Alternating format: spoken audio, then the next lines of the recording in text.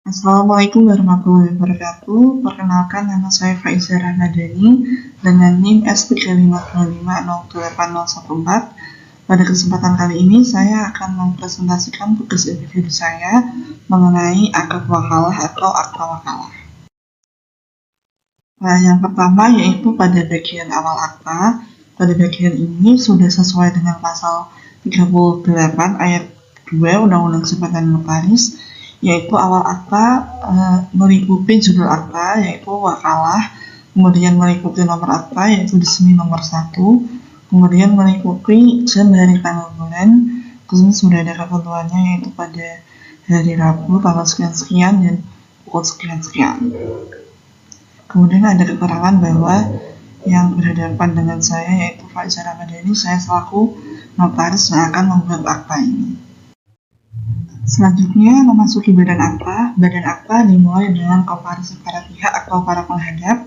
Di sini dijelaskan bahwa Puan Haikal Haidar sebagai pemberi kuasa atau pihak bank, dan hal ini sudah sesuai dan tertera pada Fatwa Dewan Syariah Nasional nomor 10/DSN-MUI/4/2000 tentang wakalah, yaitu tentang hal ini sudah memenuhi ketentuan kedua angka 1 mengenai syarat mewakil atau yang mewakilkan. Dalam hal ini bank mewakilkan kepada nasabah untuk membeli suatu barang, dan syaratnya yaitu pemilik yang sah dapat berpindah terhadap sesuatu yang diwakilkan, seperti itu.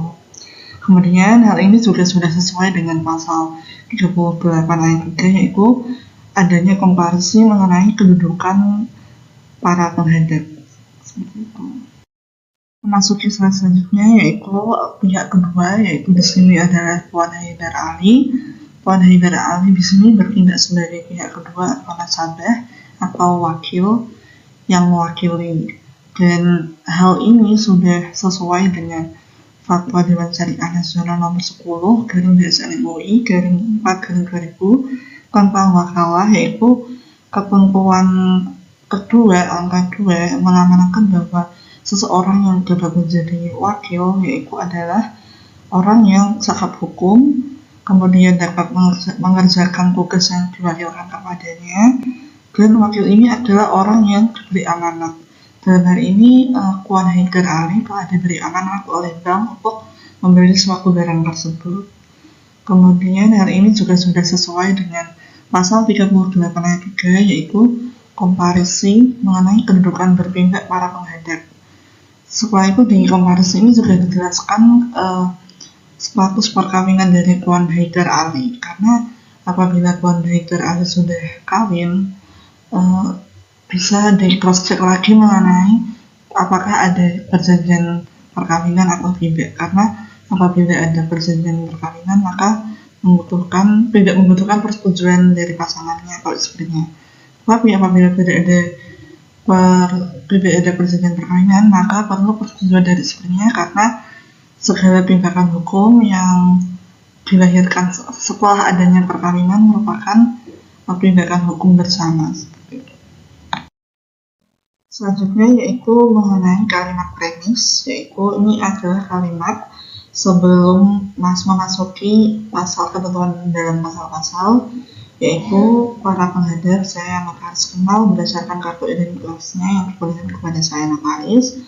Kemudian juga terdapat kalimat persetujuan tentang pembuatan akad wakalah ini yang disetujui oleh para penghadap.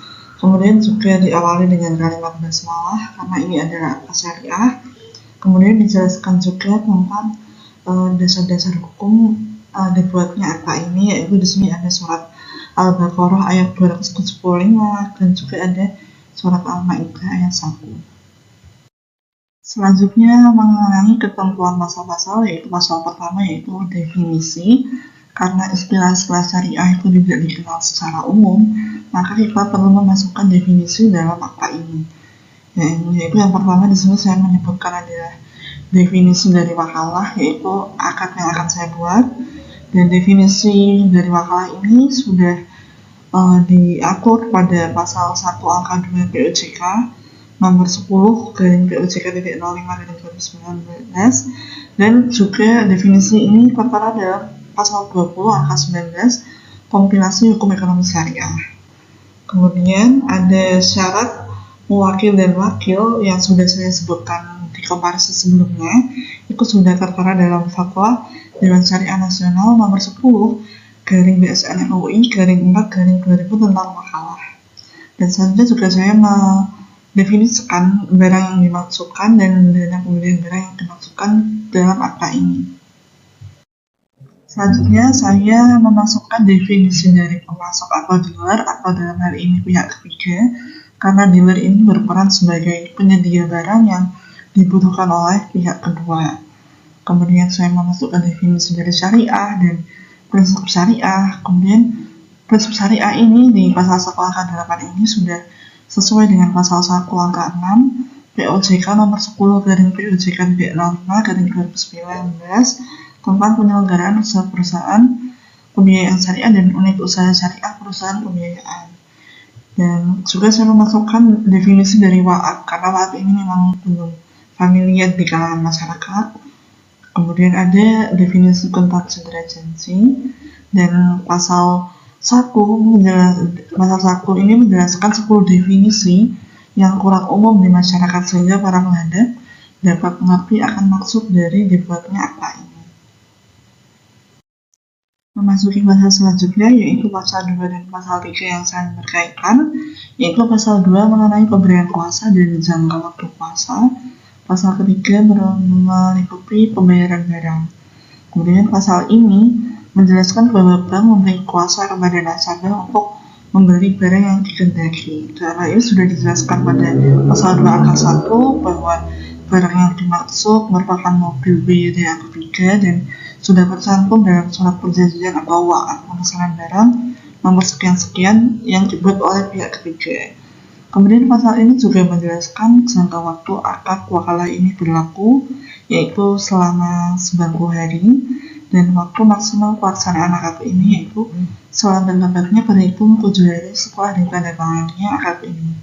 Kemudian pasal 3 juga menjelaskan tentang pembayaran barang, yaitu pihak pertama sepakat bahwa untuk terpenuhi akad murabahah yang akan dibuat kemudian, maka pihak pertama akan membayarkan barang sebagaimana yang tersebut dalam pasal 2.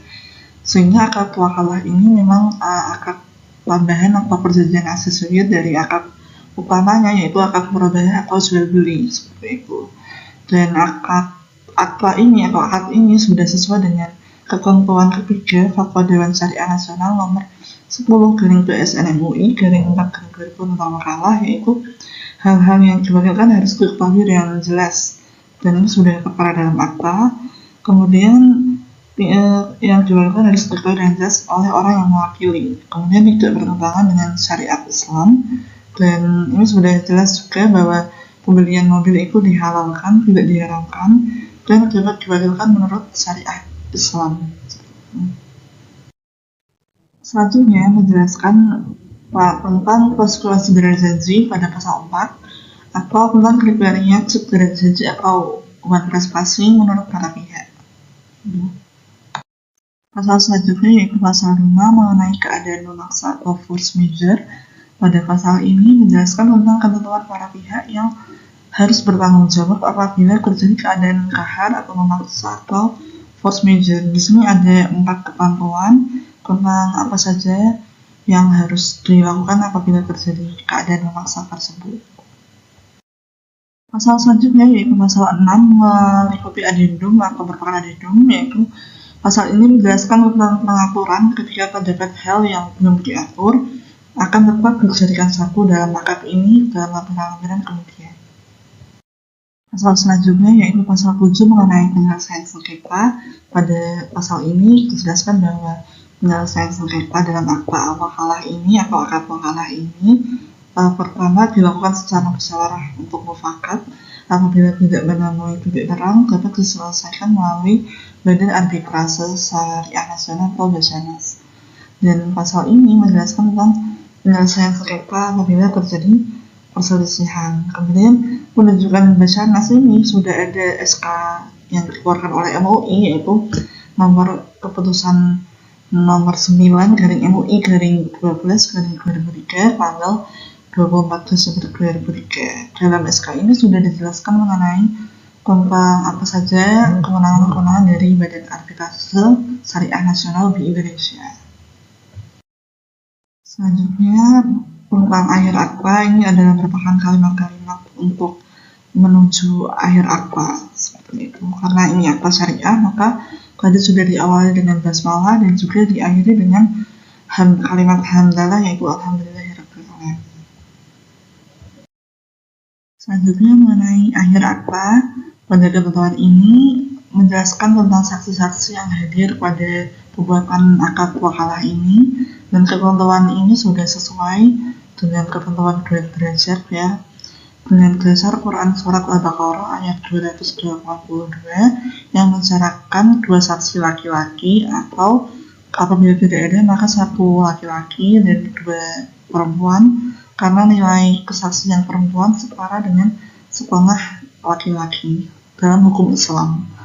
Kemudian pasal ini juga sudah sesuai dengan ketentuan pasal 38 ayat 4 Undang-Undang Jabatan Notaris, bahwa terdapat identitas saksi yang sudah dijelaskan sesuai dengan KTP, kemudian memuat uraian tentang pembacaan akta, yaitu pada akhir akta ini sudah ada kalimat segera sekuasa yang notaris bacakan akta ini ketika para penghadap dan saksi kepada para penghadap dan saksi-saksi, maka seketika itu juga lalu akta ini ditandatangani oleh para penghadap.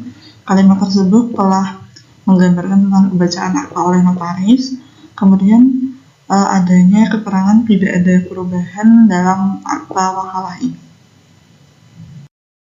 Yang terakhir yaitu mengenai lembaran akta, pada disini sudah ada lembar sidik jari, dan hal ini harus dicantumkan karena sesuai dengan pasal 16 ayat 1 huruf C Undang-Undang Jabatan Notaris, bahwa notaris diminta untuk melekatkan surat dan dokumen serta sidik jari para penghadap pada minuta akta. Karena yang saya buat adalah minuta akta, maka harus terdapat kelampiran lembar sidik jari para penghadap. Dalam hal ini yang berhadapan yaitu Tuan Haikal Haidar dan Tuan Haidar Ali.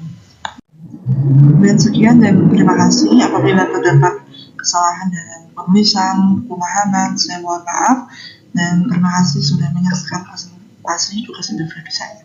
Terima kasih.